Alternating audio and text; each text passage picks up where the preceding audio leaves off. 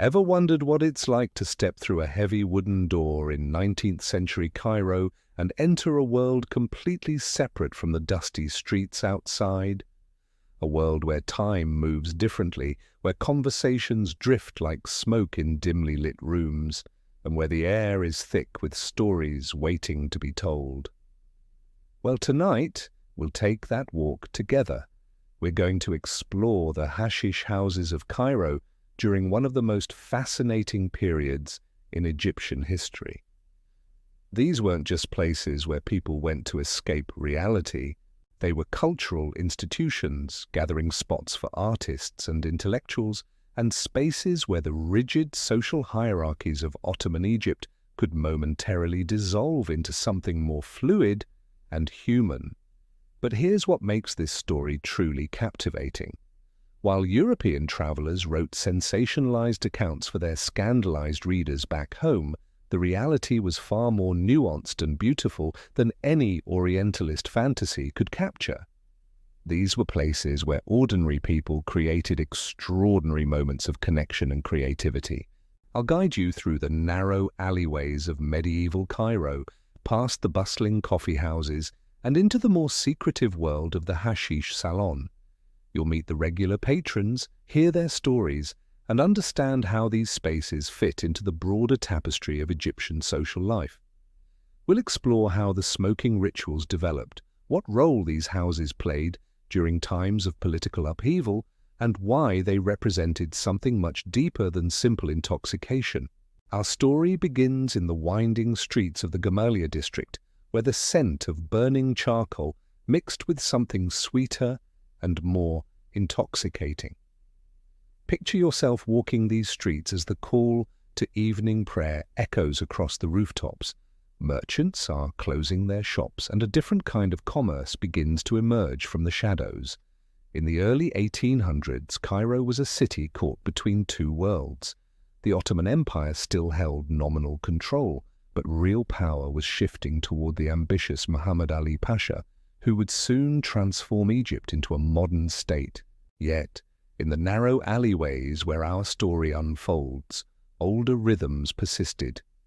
Here, the medieval city lived on with its guilds, religious brotherhoods, and informal networks that connected people across class lines in ways that would have been impossible in more formal settings. The Hashish house emerged from this complex social landscape as something uniquely Egyptian. Unlike the coffee houses, which had become spaces for political discussion and sometimes dangerous debate, the Hashish salon operated according to different rules. Politics were generally left at the door, and social status mattered less than one's ability to contribute to the collective atmosphere of contemplation and conversation. Ahmed al-Antawi was one of the most famous proprietors of such an establishment in the Husseiniya quarter. His house occupied the ground floor of a three-story building that had once belonged to a prosperous merchant family. When you pushed through the heavy curtain that served as his door, you entered a world that seemed to exist outside of time itself. The main room was long and narrow, with low divans arranged along the walls. Brass braziers provided the only light, casting dancing shadows across the faces of the assembled patrons. Al-Antawi himself was a man of about 50, with intelligent eyes and hands stained dark from years of preparing his special blends. He had learned his craft from his father, who had learned from his father before him, creating a lineage that stretched back into the 18th century. But Ahmed was more than just a supplier of intoxicants. He was a curator of experiences, someone who understood that the real product he was selling was not hashish, but transformation. The clientele who gathered in his establishment represented a cross-section of Cairo society you couldn't find anywhere else. There was Mahmoud, the copyist, a man who spent his days hunched over manuscripts in the scriptoriums of Al-Azhar, his fingers permanently stained with ink. In the Hashish house, he became a storyteller, spinning tales from the vast library he carried in his memory.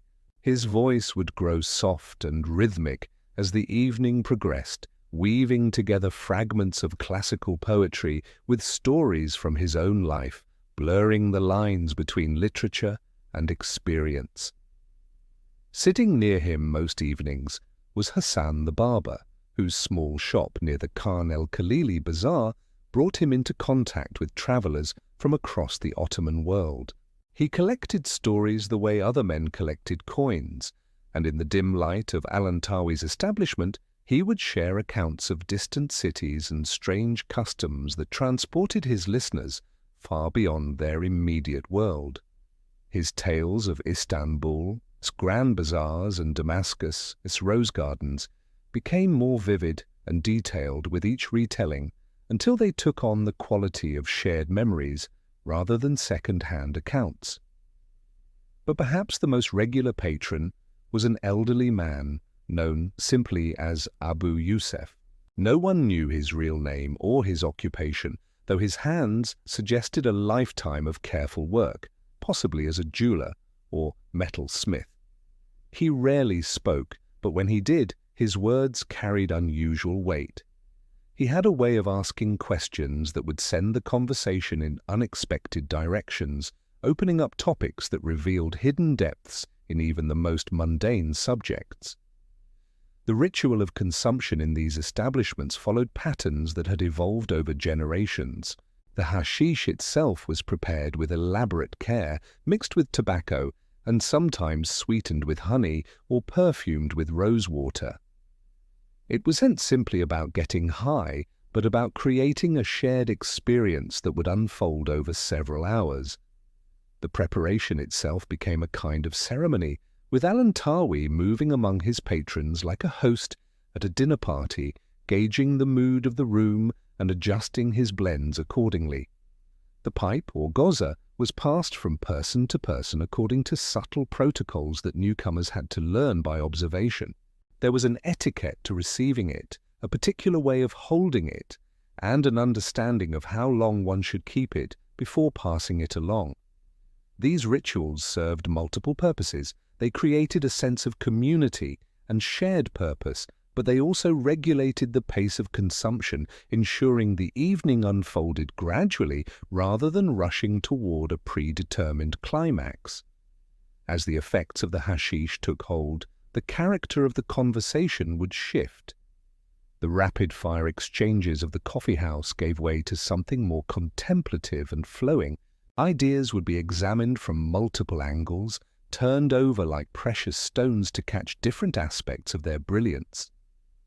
A simple observation about the way light fell through a window might spark a discussion that wound through poetry, philosophy, and personal memory, connecting seemingly unrelated topics in ways that revealed hidden patterns. Music played an important role in these gatherings, though not in the formal sense of scheduled performances. Someone might begin humming a traditional melody, and others would join in, their voices blending in harmonies that seemed to emerge spontaneously from the collective mood. These musical interludes were not entertainment, but rather expressions of the shared emotional state of the group. They served as bridges between different topics of conversation, or as ways of processing particularly moving stories or insights. The physical environment of the hashish house was designed to support these kinds of experiences. The low lighting created intimacy while also making it easier for patrons to get lost in internal contemplation. The soft furnishings and cushioned seating encouraged relaxation and the kind of comfort that made it possible to remain in one place for hours. The air itself became part of the experience, thick with aromatic smoke that seemed to slow time and soften the edges of ordinary consciousness. European visitors to Cairo often wrote about these establishments, though their accounts were typically colored by their own cultural assumptions and prejudices. They saw only the exotic surface, missing the deeper social functions these spaces served. What they described as decadent lounging was actually a highly refined form of social interaction, one that created possibilities for connection and creativity that were difficult to achieve in other contexts. The reality was far more subtle and meaningful than these outside observers understood. In a society where social mobility was limited and individual expression was often constrained by traditional hierarchies, the Hashish house offered a temporary escape from these restrictions. Here, a humble craftsman could hold forth on philosophical questions with the same authority as someone born to wealth and education. Here, the usual markers of social status became less important than one's ability to contribute to the collective exploration of ideas and experiences.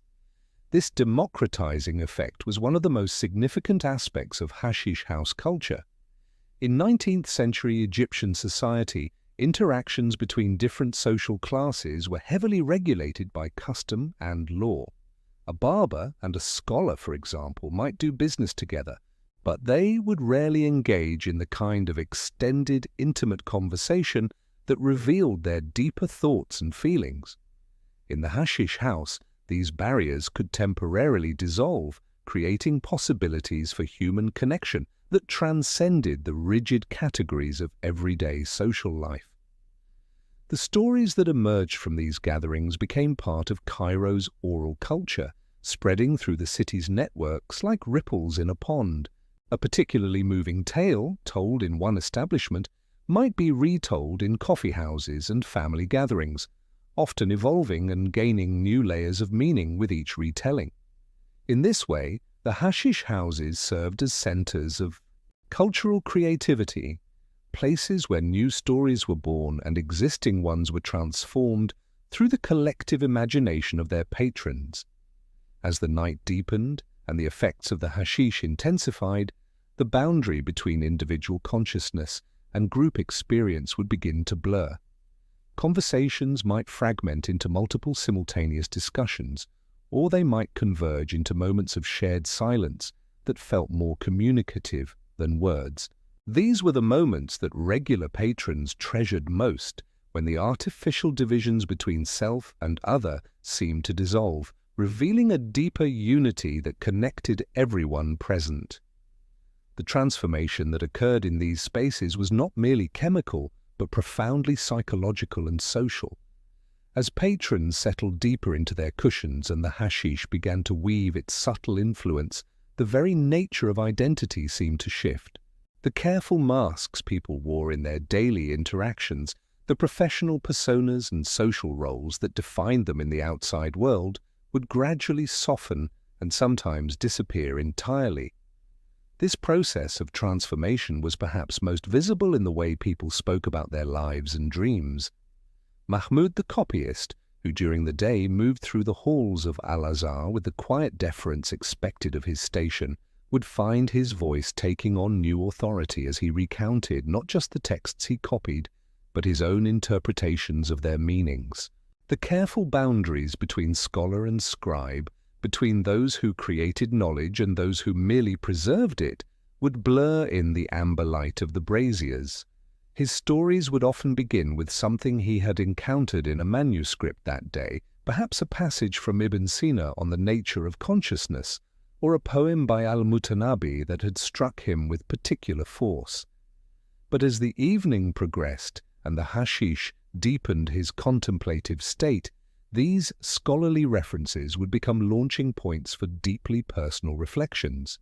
He would speak about moments of revelation that had come to him while copying, instances where the act of transcription had become a form of meditation that opened up new understanding. Hassan the barber would undergo a similar metamorphosis, though his transformation followed different patterns. During his working hours, he was expected to be deferential to his customers, to listen more than he spoke, and to provide a kind of informal therapy for men who needed someone safe to confide in. In the hashish house, these accumulated stories and confidences would resurface as material for his own creative expression. He had developed an extraordinary ability to weave together fragments of conversation he had overheard, creating composite characters and situations that felt completely real, even though they were assembled from dozens of different sources. His tales of merchants who had lost fortunes, to bad investments of young men struggling with unrequited love, and of families torn apart by political upheaval, were not literal reportage but a kind of social poetry that captured emotional truths about the human condition. The elderly Abu Yusuf represented yet another mode of transformation. While the younger men used the Hashish house to expand and express themselves, he seemed to use it as a place to distill his accumulated wisdom into its most essential forms. His questions and observations had a quality of profound simplicity that suggested decades of careful thought. When he spoke about the nature of happiness or the relationship between tradition and change, his words carried the weight of lived experience refined through years of contemplation. These individual transformations created a collective atmosphere that was greater than the sum of its parts. As each person shed their daytime persona and revealed more authentic aspects of themselves, the entire group would enter into a state of heightened receptivity and creativity. Conversations would develop their own momentum, following unexpected paths that none of the participants could have planned or predicted. The physical rituals that structured these evenings played a crucial role in facilitating these transformations. The passing of the pipe created natural rhythms that prevented any individual from dominating the conversation, while ensuring everyone had opportunities to contribute. The preparation of tea and the sharing of simple foods, dates, nuts, and pieces of honeyed pastry created additional moments of connection and care that reinforced the sense of community. Al-Antawi moved through these rituals with the skill of someone who understood their deeper purposes.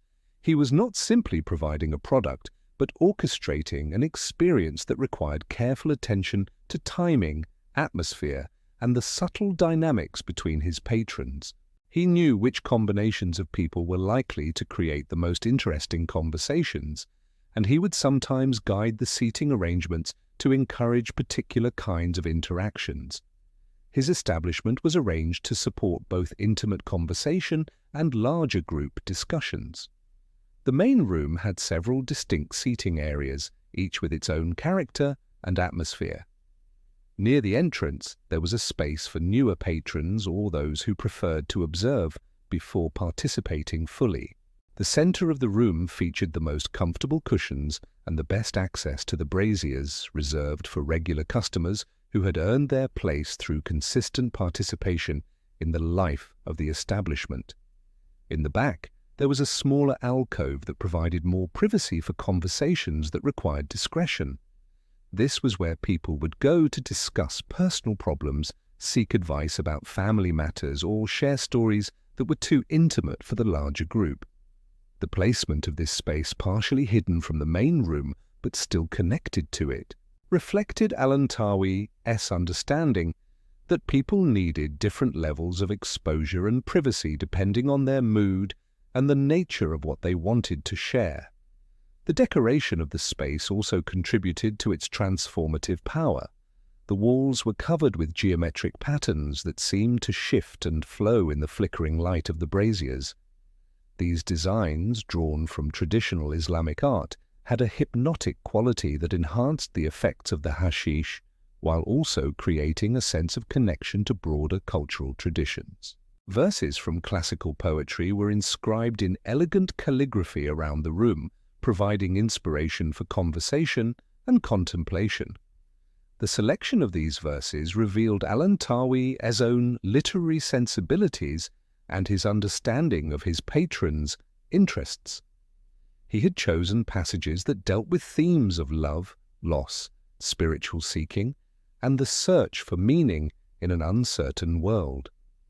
These were topics that resonated deeply with people who came to his establishment seeking something more than mere intoxication.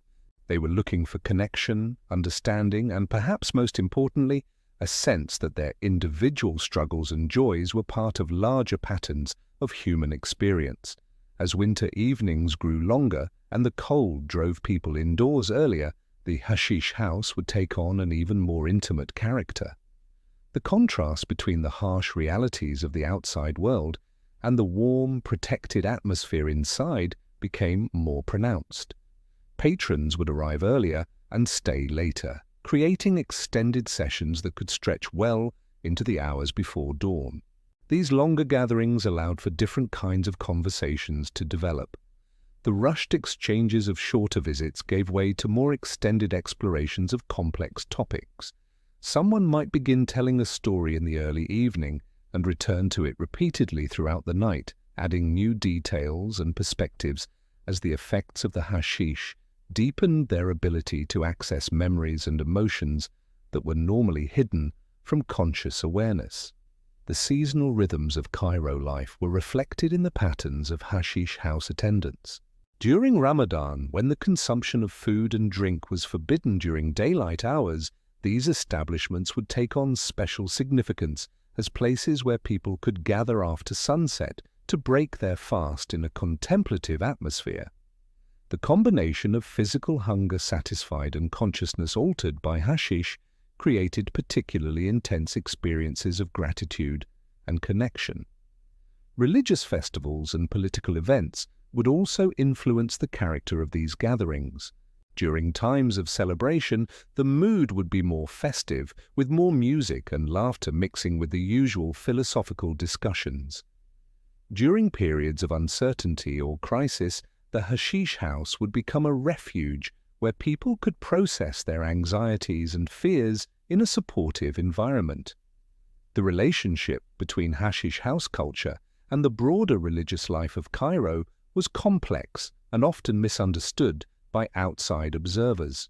While Orthodox Islamic authorities generally disapproved of hashish consumption, many patrons were deeply religious people who saw no contradiction between their spiritual practices and their participation in hashish house gatherings. They understood both activities as different ways of seeking connection with the divine and with their fellow human beings. Some of the most profound conversations centered on questions of faith and spiritual experience. Patrons would discuss their understanding of Islamic teachings, share insights from their prayers and meditations, and explore the relationship between individual consciousness and divine reality. These discussions were not academic exercises but deeply personal explorations that drew on both traditional religious knowledge and direct spiritual experience. The hashish itself was sometimes understood as a tool for spiritual exploration rather than simply a recreational drug. Many patrons believed that it could help them achieve states of consciousness that were conducive to prayer and contemplation. They would describe experiences of enhanced clarity and insight that helped them understand religious texts in new ways or feel more connected to the divine presence in their daily lives. This spiritual dimension of hashish house culture was one of the aspects that European observers found most difficult to understand. Coming from societies where drug use was typically associated with moral degradation and social problems, they could not easily comprehend how intoxication might be integrated into a serious spiritual practice. Their accounts often emphasized the exotic and sensational aspects of what they witnessed, while missing the deeper religious and philosophical dimensions that gave these experiences their real meaning for participants. The economic aspects of hashish house operation were also more complex than they might initially appear. While Al-Antawi and other proprietors certainly needed to make a profit to sustain their businesses, they were also providing what amounted to a social service for their communities. They created spaces where people could find relief from the stresses and isolation of urban life, where they could connect with others who shared their interests and concerns, and where they could explore aspects of themselves that had no outlet in more conventional social settings. The cost of participation was kept low enough that people from various economic backgrounds could afford to attend regularly.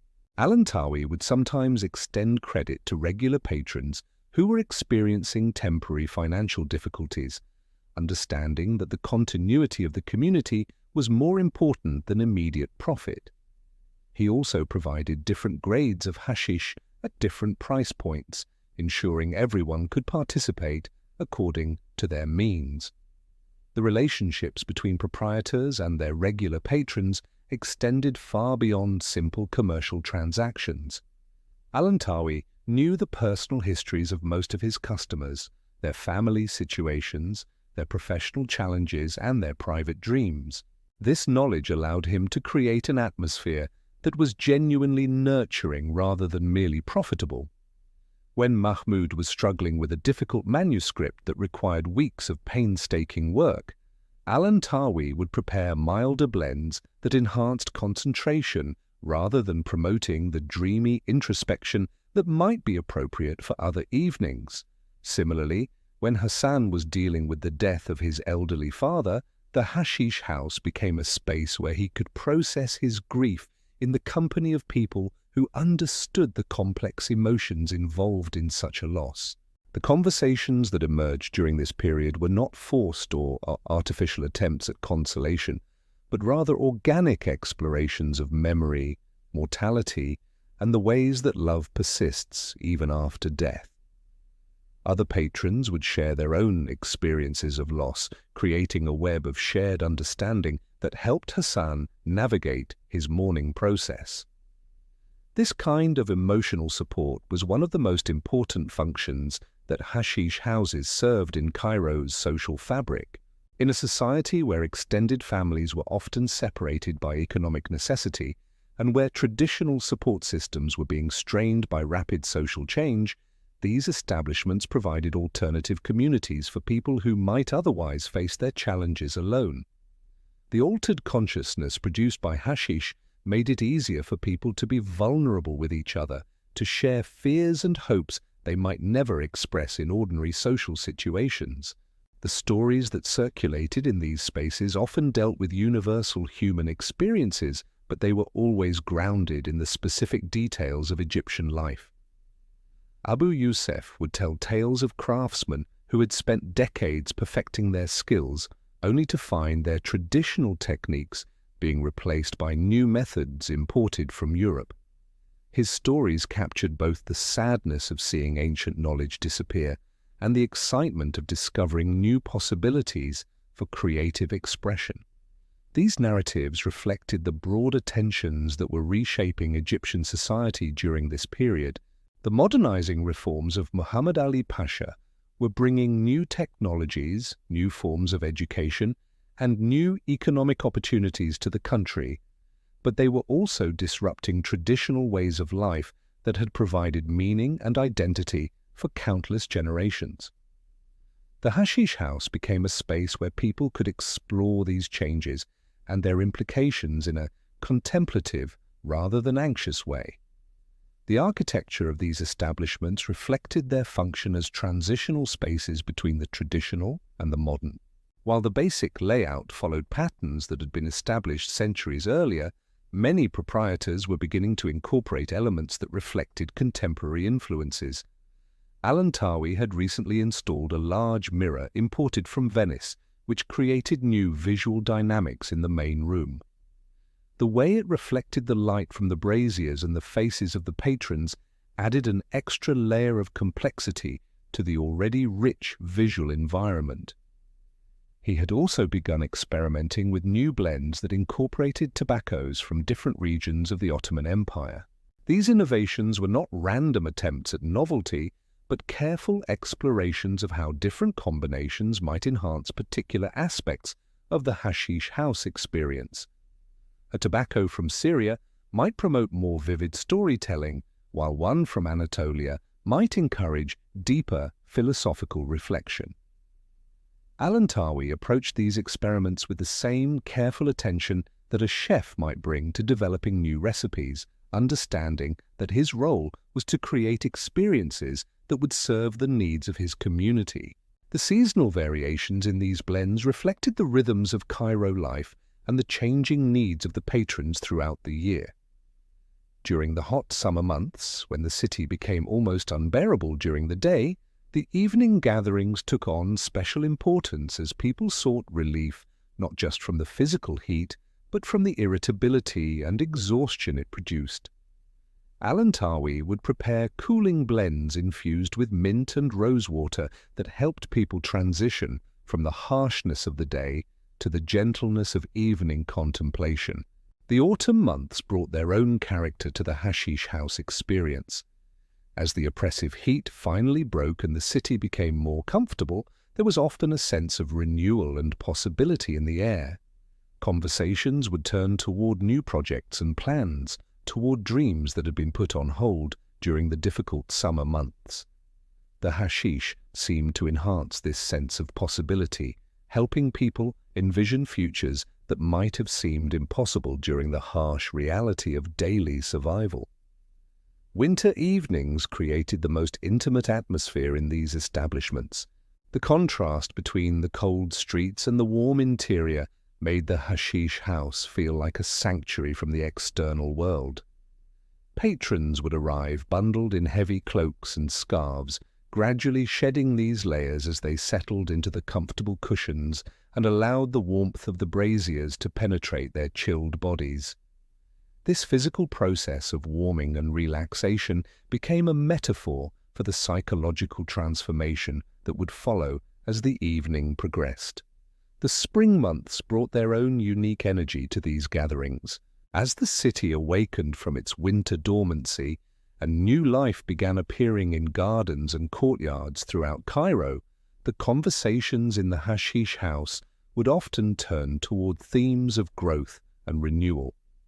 People would share their hopes for the coming year, their plans for new ventures, and their reflections on the cycles of change that governed both individual lives and the broader community. These seasonal rhythms were not just background to the hashish house experience, but integral parts of its meaning. The regular patrons developed a deep appreciation for how the character of their gatherings shifted throughout the year, and they would often reference these changes in their conversations. Abu Yusuf might observe that a particular story could only be properly told during the melancholy days of late autumn, while Hassan might note that certain kinds of humor only worked during the festive atmosphere of spring evenings. The relationship between the hashish house and the surrounding neighborhood was complex and generally positive. Despite the semi-legal status of these establishments, most local residents understood that these places served important social functions and that their patrons were generally peaceful people who caused no trouble for their neighbors. The sound of quiet conversation and occasional laughter that drifted from these establishments was considered part of the normal nighttime soundscape of the district. Local merchants often had informal relationships with hashish house proprietors, providing them with special items that enhanced the experience of their patrons. A spice seller might offer rare incense that could be burned in the braziers to create particular aromatic effects. A confectioner might develop special sweets designed to complement the taste of hashish and enhance its effects. These commercial relationships were part of the broader network of cooperation that made neighborhood life possible in medieval Cairo. The children of the district grew up understanding that the hashish houses were part of their community, though they were also taught that these were adult spaces, not appropriate for them to enter. They would sometimes catch glimpses of the interior when the heavy curtains were briefly opened, and these fleeting images would contribute to their understanding of the complex adult world that surrounded them. The hashish house became part of the mythology of growing up, a symbol of the mysteries and privileges that awaited them in maturity. Women had a complicated relationship with hashish house culture. While they were excluded from these male spaces, that did not mean they were entirely separate from their influence.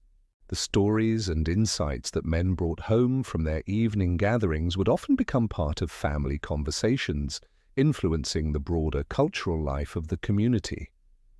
Some women developed their own informal networks for sharing hashish and engaging in the kinds of contemplative conversations that characterized the male establishments, though these gatherings were necessarily more private and less visible to outside observers.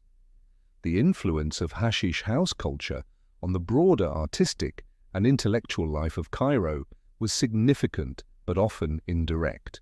The enhanced creativity and altered perspectives that people experienced in these establishments would carry over into their daily work and social interactions.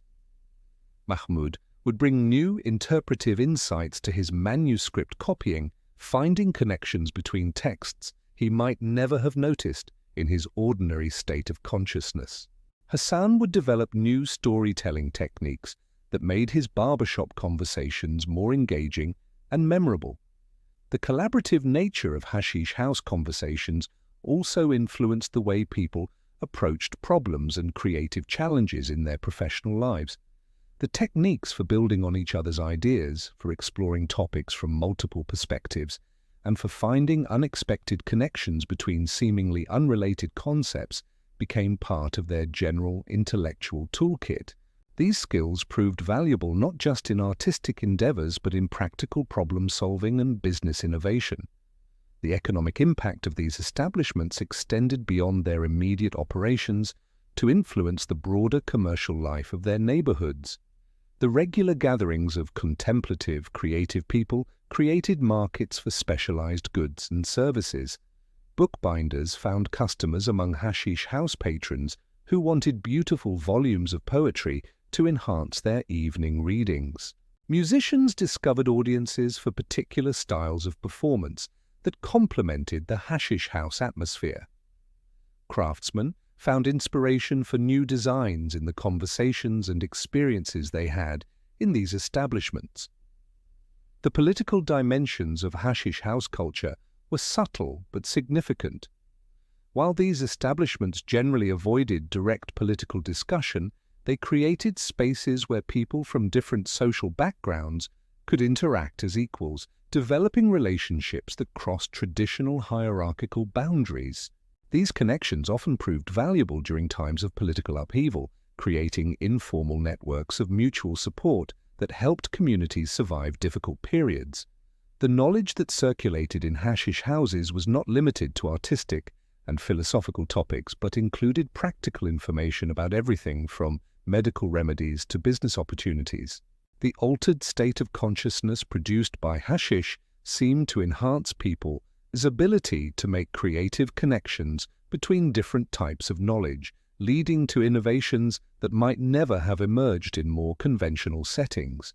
A conversation between a metalworker and a physician might lead to new techniques for crafting medical instruments, while a discussion between a merchant and a scholar might result in new approaches to organizing trade expeditions.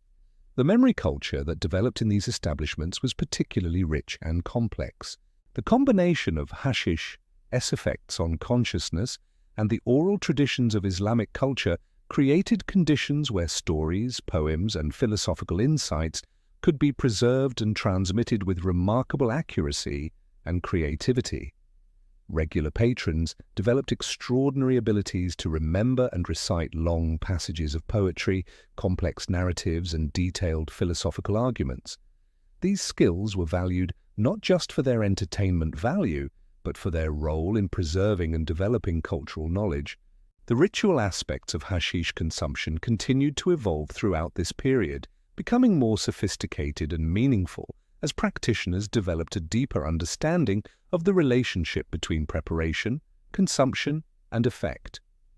Al-Antawi and other experienced proprietors began to develop what amounted to a sophisticated pharmacology, understanding how different preparation methods, timing, and environmental factors could influence the quality and character of the experience they provided to their patrons.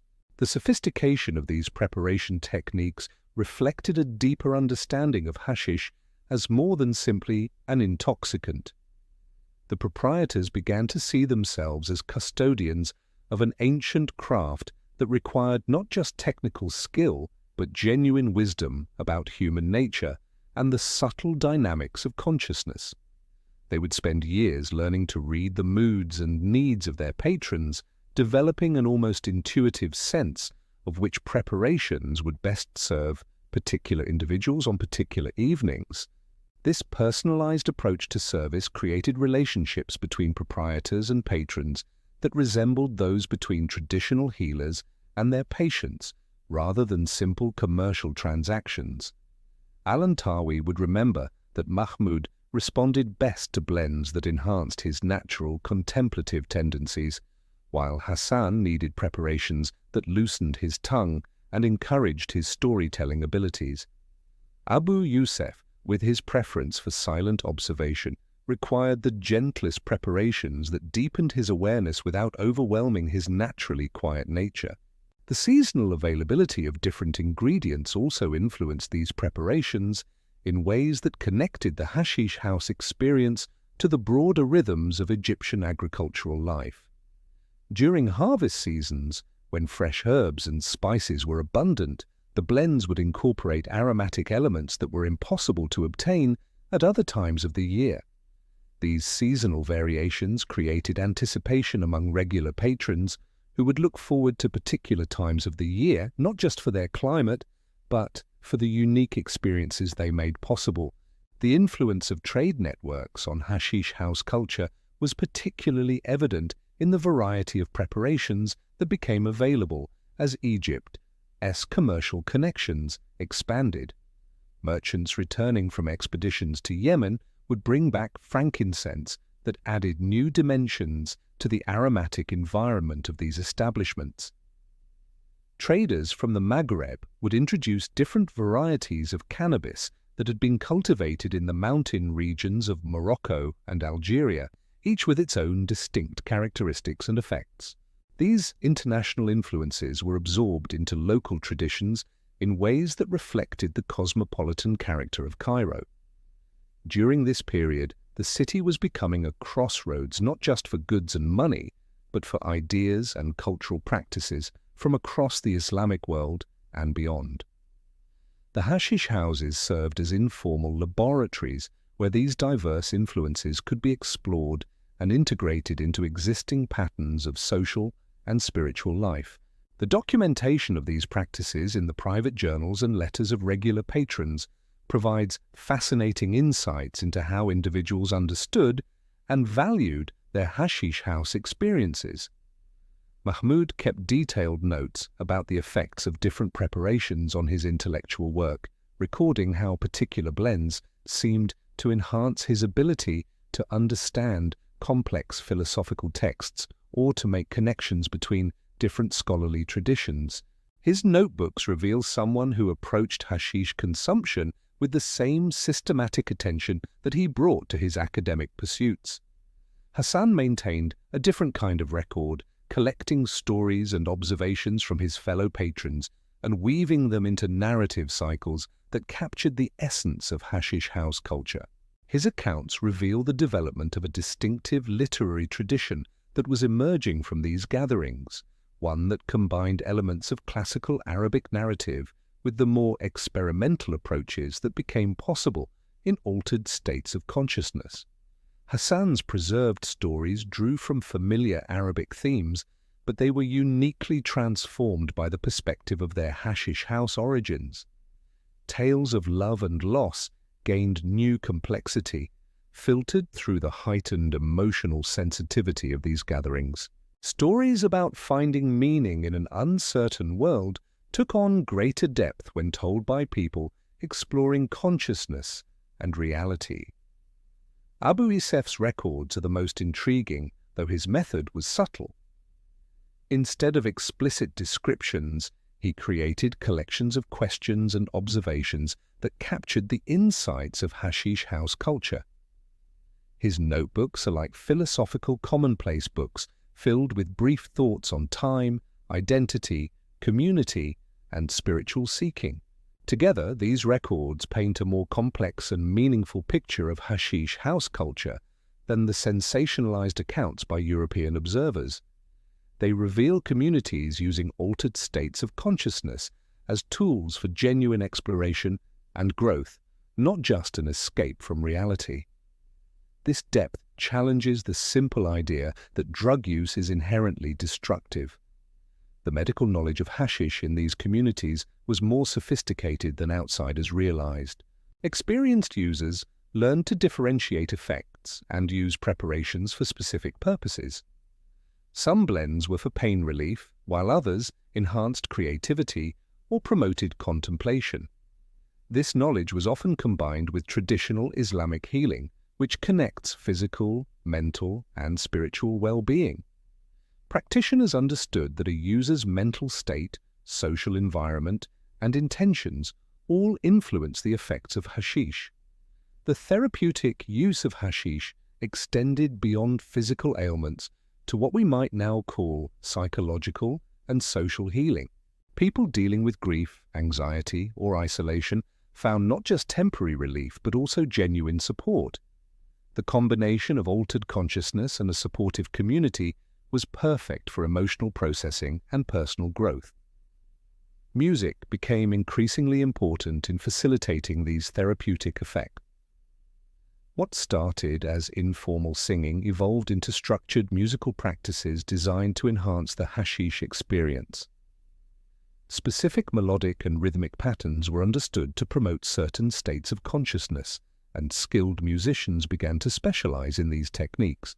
The instruments used were typically simple ones that produced subtle, sustained tones that complemented the effects of hashish. The oud, with its capacity for rhythmic accompaniment and melodic improvisation, became especially popular. The ney, with its breathy, meditative tone, was perfect for creating atmospheric backgrounds that supported introspection. The musical traditions from these hashish houses began to influence Cairo's wider musical scene, introducing new approaches to improvisation and composition. Musicians who participated in these sessions brought new techniques and sensibilities to their other performances, gradually transforming the city's musical landscape. The architecture of hashish houses reflected their growing importance as cultural institutions. Owners invested more in creating environments that would enhance the experience. The simple braziers and cushions of earlier places were replaced by sophisticated lighting, better ventilation, and carefully designed acoustics.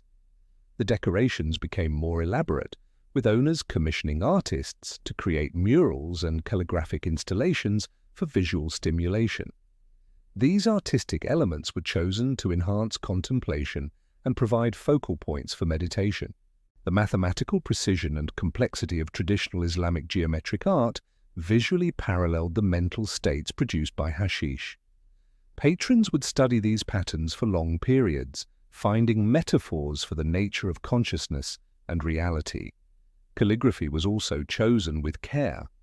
Instead of random selections from poetry or religious texts, installations featured passages on themes like consciousness, the relationship between the material and spiritual, and the search for divine truth. The lighting systems showed a sophisticated understanding of how the environment affects consciousness and social interaction. The warm, flickering light of braziers was supplemented by oil lamps and candles to create zones of different intensity.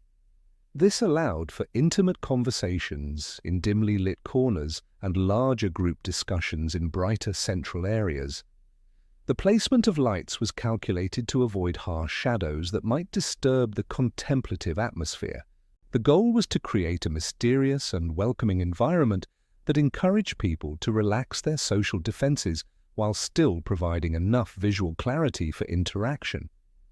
Ventilation systems in more sophisticated establishments showed an understanding of how air quality affects the hashish experience. Proprietors learned that proper air circulation was essential for comfort and for maintaining the optimal balance between the effects of hashish and the clarity needed for conversation. Too little fresh air made patrons feel sluggish, while too much dissipated the aromatic atmosphere. Ingenious solutions emerged from these practical challenges. Al-Antari installed a system of small vents to regulate airflow without creating drafts. Others used screens and curtains to direct air movement, maintaining the intimate atmosphere while ensuring proper ventilation. The acoustics also received attention. Soft furnishings absorbed sound, making it easier for people to hear each other without speaking loudly. Specialized seating arrangements reflected an understanding of how physical comfort and social dynamics interacted. The traditional cushion arrangements were modified into flexible configurations to accommodate different group sizes. Movable elements allowed owners to adjust spaces for specific gatherings. Some establishments incorporated raised platforms or alcoves, providing different perspectives while maintaining a connection to the larger group. These elevated spaces were popular with patrons who preferred to observe and listen, giving them comfortable vantage points without isolating them. The evolution of food service reflected both practical needs and a deeper understanding of how food interacts with hashish. Traditional dates, nuts, and sweets were expanded to include more elaborate preparations. Some foods intensified the experience, while others were used to moderate effects or provide grounding. The timing of food service was important. Light refreshments might be offered early to help patrons transition to the contemplative atmosphere, while heartier foods were provided later. The preparation of these foods became part of the evening's ritual. The grinding of spices, brewing of tea, and arranging of sweets created additional sensory experiences. The aromas of cooking food mixed with the perfumed hashish smoke, creating an olfactory environment deeply associated with these gatherings. Social protocols for food sharing reflected broader Islamic traditions of hospitality. The enhanced sociability of these gatherings made sharing food particularly meaningful, creating bonds that went beyond immediate interactions. The act of accepting food was a gesture of trust and community. The economic relationships that supported these food innovations connected hashish houses to Cairo's broader commercial life. Proprietors developed relationships with specialized food suppliers who understood their needs. Spice merchants provided aromatic ingredients, and confectioners created custom sweets based on how different flavors interacted with altered taste perceptions. These commercial relationships often involved bartering, reflecting the informal economic networks of Cairo. A proprietor might exchange hashish for food or provide entertainment for suppliers in return for favorable terms. These relationships created webs of mutual support that strengthened the social fabric of the neighborhoods where hashish houses operated. Seasonal variations in food availability created natural rhythms. The arrival of fresh fruits was celebrated with special preparations. The scarcity of ingredients during lean seasons led to creative adaptations. Preservation techniques reflected traditional Islamic methods, like using honey as both a flavoring and a preservative. The use of spices enhanced flavor while also providing antimicrobial properties. The development of a unique hashish house cuisine was a genuine culinary innovation. The foods were designed to enhance social interaction and consciousness exploration, becoming an integral part of the overall experience. The influence of this culinary tradition extended to Cairo's broader food culture. Techniques and recipes were sometimes adapted for family kitchens and other food establishments. The training of proprietors became more formalized. Young men would apprentice with established owners, learning not just technical skills, but also the subtle art of reading social dynamics and orchestrating experiences for diverse clients. This apprenticeship system created continuity while allowing for innovation. Each new generation built on their predecessors' knowledge. The training went beyond practical skills to include an understanding of human psychology, social dynamics, and the subtle arts of hospitality. Master proprietors taught apprentices to recognize emotional states, understand personality types, and create environments that brought out the best in their patrons. The ethical dimensions of this training were crucial. The best proprietors developed codes of conduct that emphasized protecting their patrons' dignity and well-being, refusing service to those who couldn't handle the effects responsibly, and intervening to prevent harmful behavior. These ethical standards reflected broader Islamic values about community care. The proprietors understood their role went beyond commerce to genuine care for people who trusted them. Reputation systems developed around individual proprietors and their establishments. The most respected hashish houses were known not for the strongest preparations, but for the safest and most meaningful experiences. Word-of-mouth recommendations emphasized the owner's character and wisdom as much as the quality of their hashish. The relationship between hashish house culture and the broader Islamic scholarly tradition became more complex. While orthodox religious authorities opposed hashish, some scholars engaged seriously with the philosophical and spiritual questions that emerged. The depth of thought and conversation made it hard to dismiss the entire phenomenon as debauchery. Some scholars with personal experience developed frameworks to understand these practices within Islamic contexts. They drew on mystical traditions to argue that altered states could serve legitimate spiritual purposes under appropriate conditions. The influence of Sufi mystical traditions was especially evident in the contemplative practices that used altered consciousness as a spiritual tool.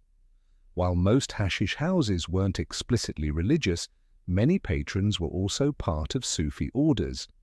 This cross-pollination created hybrid practices that blurred the line between spiritual seeking and social recreation. The development of unique literary traditions was a significant cultural innovation. The enhanced creativity and altered perspectives created conditions for literary experimentation. The stories, poems, and philosophical reflections became a distinct genre that influenced Cairo's wider literary culture. These innovations weren't just the products of intoxication, but reflected genuine artistic exploration enhanced by altered states. Hashish's ability to dissolve conventional thought patterns and create unexpected connections opened up new possibilities for creativity. The collaborative nature of literary creation was particularly innovative. Rather than isolated authors, these gatherings created conditions where stories and poems emerged from group interactions, with different participants contributing elements. This challenged traditional notions of authorship and created works that reflected a community's collective creativity. Preserving these works was challenging, leading to innovative approaches to oral tradition. Hashish house literature lived primarily in the minds and voices of its practitioners. Regular patrons developed an extraordinary capacity for memorization. The preservation process was itself a creative act, as stories and poems evolved with each retelling. This organic approach reflected the fluid, improvisational nature of the culture. The works that survived were the most resonant, creating a natural selection process that preserved the most powerful examples. The integration of music and poetry created hybrid art forms. A poem might start as spoken verse and turn into a sung melody as others joined in. These musical poems then influenced new instrumental pieces. The result was a rich ecosystem of creative expressions. Seasonal cycles also influenced the literary traditions. Spring gatherings focused on themes of renewal, summer on endurance, autumn on impermanence, and winter on community. These variations created a natural calendar of literary moods. The evolution of new poetic forms specifically designed for hashish house performances was a true literary breakthrough. These forms were created to match the unique mindset of the audience, who had altered attention spans and heightened emotional sensitivity. The result was a perfect blend of structure and spontaneity, allowing for both creative expression and deep contemplation. Improvisation was a key component of this creative culture. The altered states of consciousness were naturally conducive to spontaneous expression. Musicians and storytellers would adapt their performances in real time, responding to the changing moods of the crowd. This encouraged a culture of creative risk-taking, where failed experiments were quickly forgotten and successful ones were refined through repetition. It was a safe space for artistic exploration, leading to genuine innovation. The notebooks and journals of regular patrons reveal how they systematically explored the connection between altered consciousness and artistic ability. They weren't just using hashish for fun, they were seriously studying the relationship between the mind and creativity. The influence of these creative innovations spread throughout Cairo's cultural life, often indirectly. Techniques developed in these hashish houses eventually influenced professional musicians, poets, and storytellers. This created a cultural cross-pollination that enriched both the formal artistic traditions and the informal hashish house scenes. Individuals who were part of both worlds acted as bridges, bringing new ideas and techniques to each, creating a constant flow of innovation. Seasonal migration also helped spread these cultural innovations. Travelers would carry ideas and techniques from Cairo to other cities, creating networks of artistic exchange. This led to regional variations in hashish house culture, with each area developing its own unique style while maintaining a common core. The ability of these establishments to adapt to changing political and economic conditions was remarkable. They could flourish openly in stable times or operate more discreetly when necessary. Their informal, decentralized nature made them resilient. Despite existing in a legal, grey area, they generally had a peaceful relationship with local authorities who recognized their positive contributions to the community, such as providing jobs and supporting local businesses. Hashish houses also served as crucial social centers, acting as informal counseling centers, workshops, and social clubs. As Cairo became a major trading hub, they became important venues for cross-cultural communication, providing neutral ground where locals and foreigners could interact freely. The altered consciousness often helped break down cultural barriers, leading to a unique blend of linguistic and creative innovation. Some establishments even began offering informal lecture series, discussion groups, and libraries, becoming recognized centers of learning. They also developed a memory culture where patrons would cultivate enhanced memory to preserve detailed conversations and insights. This collective memory became a valuable community asset, democratizing knowledge and challenging traditional hierarchies. The preparation of hashish in these houses was an art form in itself. Master proprietors like Al-Tantawi would use specialized tools and carefully refined recipes. They would meticulously grind and blend different types of hashish, sometimes adding aromatic elements like rose petals or frankincense to create specific moods. Storage was also a crucial part of the process, with proprietors maintaining different aged preparations to suit various occasions. The pricing of these preparations reflected not just the cost of ingredients, but the skill required to create them. The most expensive preparations weren't necessarily the strongest, but rather the most refined and meaningful. Seasonal and pilgrimage rhythms also influenced these establishments. Special blends and events were created for specific times of the year, strengthening community bonds. For example, winter blends used warming spices for introspective conversations, and special gatherings were held for pilgrims heading to Mecca. Over time, networks developed between hashish houses in different cities, with patrons carrying letters of introduction to ensure a warm welcome. These networks fostered cultural exchange and helped standardize certain practices. Training exchanges also occurred, allowing young proprietors to learn from masters in distant cities, further enriching the culture. The influence of elite patrons led to a new level of luxury and sophistication in some hashish houses.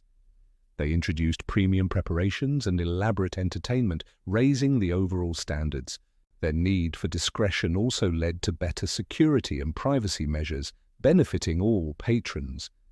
This cultural synthesis of elite and working-class traditions made these establishments truly unique.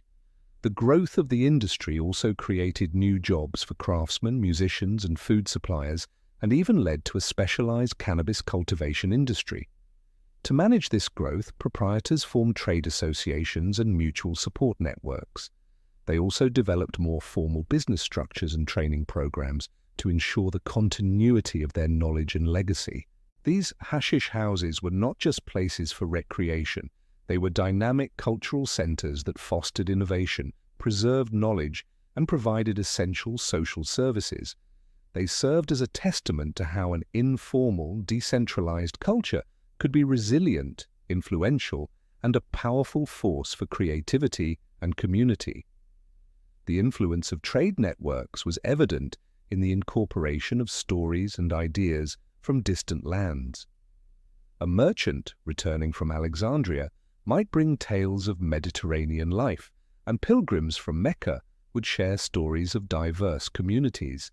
These foreign influences were transformed through the hashish house lens, emphasizing universal human emotions and experiences. The narrative techniques reflected the altered states of consciousness. Traditional linear storytelling gave way to more associative approaches. Stories might spiral from a simple observation to philosophical reflections, childhood memories, and visionary experiences. These innovations influenced storytelling beyond the hashish houses. The enhanced emotional sensitivity led to more psychologically complex characters and a focus on internal experience. The collaborative nature of storytelling encouraged open-ended narratives that accommodated multiple perspectives. The relationship between storyteller and audience was different from formal settings. Audiences were active participants, interrupting with questions, offering alternative interpretations, or contributing their own experiences. This participatory approach created works that were truly collective, reflecting a shared wisdom. The preservation of the physical environments became more important. Al-Antari started keeping detailed records of the stories and conversations from his space. Other proprietors invited scribes or encouraged patrons to write down works that impressed them. These efforts created an archive of hashish house literature. The economic value of these literary traditions was not lost on astute proprietors. The best hashish houses became known for the quality of conversation and creativity they inspired, attracting patrons willing to pay a premium. Specialized evening programs focused on particular literary activities, like poetry or storytelling nights. The relationship between individual creativity and collective experience raised questions about artistic inspiration and the role of consciousness-altering substances. Many patrons found their most significant insights came not at the height of intoxication, but in the contemplative periods that followed.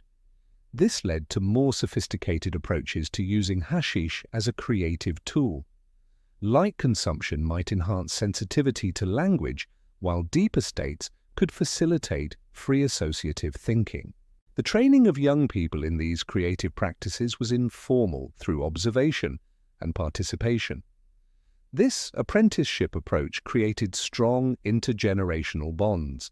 Established practitioners took an interest in developing young people's abilities, helping them find their own creative voices. The result was a continuous renewal of creative energy. The influence of classical Arabic literary traditions was profound but not restrictive. Practitioners were familiar with traditional forms but felt free to experiment. This resulted in a creative synthesis that honored the past while embracing innovation. The use of classical meters and forms with experimental content created a tension that made the new literature more accessible to traditional audiences while expanding the possibilities for expression. Some hashish house communities developed their own healing traditions, integrating cannabis-based remedies with other traditional treatments. These weren't formal medical services, but they offered valuable health support for community members who might not have had access to professional care. This holistic approach to health reflected traditional Islamic medical philosophy while adapting to local conditions and available resources. The proprietors of these establishments sometimes provided spiritual guidance, drawing on their deep understanding of Islamic traditions and the consciousness-altering effects of cannabis.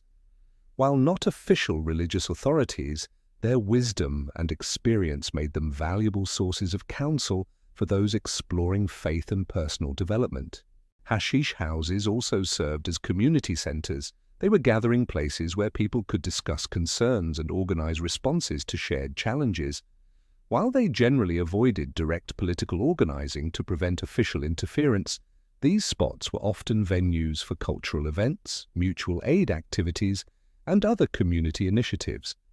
These communities also fostered economic development. The entrepreneurial spirit of their members, along with an understanding of collective interests, led to the creation of business partnerships, investment opportunities, and cooperative ventures. Conversations and relationships that started in these establishments often extended beyond their walls, creating economic benefits for a much wider circle. Creativity and collaborative problem-solving were also common. Technological innovations sometimes emerged, such as improvements in preparation techniques, service methods, and facility design. The collective intelligence of regular patrons often led to innovations that improved the entire industry. Discussions about social reform also began in these communities, While direct political action was avoided, conversations about social justice, education, and community improvement often led to practical initiatives that addressed real-world problems in constructive ways. Hashish house culture also gave rise to new literary and musical movements. Writers created new forms of artistic expression, influencing the broader cultural life of Cairo and other cities. Their collaborative creation techniques and altered perspectives produced works that challenged traditional forms while remaining grounded in cultural values. Musical innovations flowed from these literary movements. Musicians learned to work with the altered attention spans and heightened emotional receptivity of their audiences, developing techniques that could sustain interest over extended periods. Their instrumental techniques emphasized subtlety and texture over volume. Percussive elements were minimal but precisely placed, using finger cymbals and small drums to mark rhythmic transitions without overwhelming the intimate atmosphere. The vocal techniques that developed in these settings reflected an enhanced sensitivity to sound and meaning. Singers learned to use their voices as instruments of pure emotion, conveying feelings that transcended the literal meanings of their words. The traditional Arabic vocal ornaments took on new significance as the winding passages seemed to mirror the meandering paths of thought that cannabis consumption encouraged. The repertoire that emerged from these musical explorations drew from classical Arabic poetry but transformed it through the lens of Hashish house experience. Ancient verses about love, loss, and spiritual seeking took on new layers of meaning for audiences with lowered emotional barriers. The familiar became fresh, and the profound became accessible in ways that formal concert performances could not achieve. These were often communal creations. A melody that started as an improvisation by one musician might be taken up by others, modified and embellished, until it became a collective work. These compositions became part of the oral tradition, passed down through generations of musicians and patrons. The relationship between music and the physical environment was also carefully calibrated to enhance the overall experience. The placement of musicians within the room, the use of architectural features to shape acoustics, and the coordination between music and other elements like food and preparation rituals all contributed to a seamless, multisensory experience. Lighting effects achieved through the manipulation of braziers and oil lamps created visual atmospheres that complemented the sonic offerings. The flickering flames seemed to dance in response to the music, creating visual rhythms that paralleled the auditory ones. Aromatic elements, such as special incenses, were also incorporated, adding another layer of sensory engagement unique to this culture. Musical programming was influenced by seasonal variations. Summer performances might feature cooling melodies, while winter gatherings would have warmer, more enveloping musical textures. The influence of pilgrimage seasons also created opportunities for cultural exchange, with musicians returning from sacred sites, bringing back new melodies and rhythmic patterns. The training for musicians who specialized in this type of performance went beyond technical skills. It required an understanding of the social and psychological dynamics of these unique environments.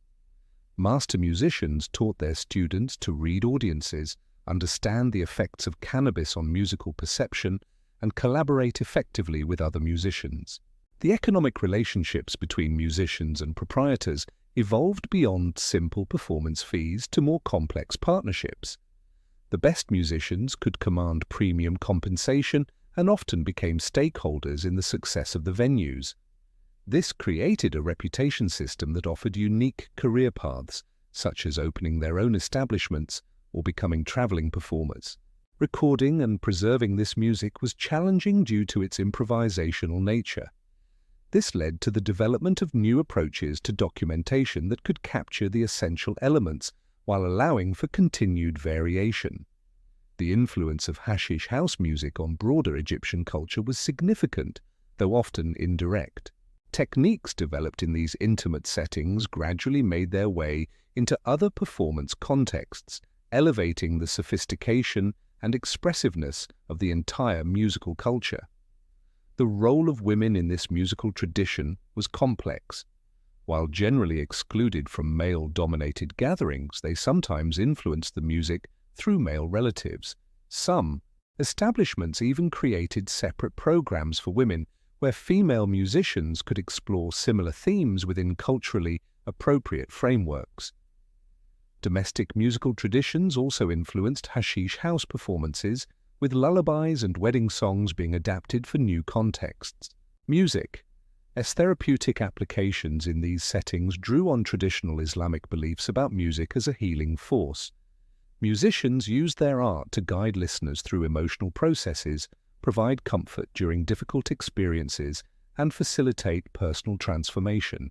Philosophical discussions about music contributed to new theoretical frameworks for understanding the relationship between sound, consciousness, and spiritual experience. Participants often drew on classical Islamic music theory, incorporating insights from their direct experience with altered consciousness. The geometric patterns that adorned the walls often reflected the same mathematical principles that governed the music, creating a cohesive visual and auditory experience. These communities also developed informal educational programs, creating accessible and democratically organized pathways for musical education. The instrument-making traditions that served these communities led to new markets and innovations. Craftsmen developed specialized instruments with unique tonal qualities to meet the demands of Hashish-influenced listeners. Woodworkers, metalworkers, and string makers all adapted their crafts to the specific needs of these environments. The burning braziers and aromatic preparations created unique environmental conditions that required durable strings and instruments that could maintain their quality under challenging circumstances. The collection and preservation of musical instruments became an important activity, as valuable pieces were recognized as cultural artifacts. Apprenticeship systems ensured that specialized craft knowledge was passed down through generations. Trade networks that supplied raw materials connected these communities to broader commercial systems, creating economic incentives for the continuation of these traditions. The export of instruments to other cities and regions helped spread the influence of this music. The standardization of certain instrument designs allowed for musical collaboration across different communities, while still allowing for local variations. The integration of instrument making with other crafts created opportunities for cross-pollination. For example, a woodworker who made furniture might also create instruments, bringing aesthetic sensibilities from one craft to another. Artistic decoration of instruments connected them to broader aesthetic traditions. The symbolic meanings associated with certain instrument types reflected their roles in the culture. The oud, with its complex construction, might represent the possibilities for spiritual development, while simple percussion instruments might symbolize the fundamental rhythms of life. The ritual uses of musical instruments created sacred dimensions, such as the blessing of new instruments or the ceremonial passing of them between musicians. The healing applications of specific instruments drew on traditional practices, with certain types of drums or string instruments being used to address physical or emotional conditions. The age-related traditions surrounding instruments created frameworks for passing down cultural knowledge between generations. Young men might receive their first instruments upon reaching adulthood, marking their entry into the adult male community of Hashish house culture. Instrument development was characterized by continuous innovation as master craftsmen experimented with new materials and techniques. The pricing structures for instruments reflected both material costs and the skill and reputation of the craftsman, making quality instruments accessible to a wide range of patrons. Financing arrangements like community funds or proprietors advancing money helped musicians acquire quality instruments. Inheritance and legacy issues surrounding instruments created frameworks for cultural continuity, with instruments being passed down within families or donated to community institutions. The diplomatic functions of musical instruments were also significant, as traveling musicians used them to demonstrate their cultural background and establish credibility in foreign cities. They served as a universal language that could create bonds between people who shared no common spoken language. Instruments also played an educational role, teaching young people not just musical skills, but broader lessons about patience, practice, and dedication. Their community-building functions created shared experiences that transcended individual differences and forged bonds of mutual understanding. The technological innovation that occurred within these communities demonstrated the practical applications of enhanced consciousness and collaborative thinking. The artistic influence of instruments on other creative traditions, such as architecture, reflected the integrated nature of Hashish house culture. The spiritual dimensions of instrument making connected these practical crafts to broader questions about the relationship between material creation and spiritual expression. Craftsmen understood their work as a form of devotion, creating objects that served sacred as well as secular purposes.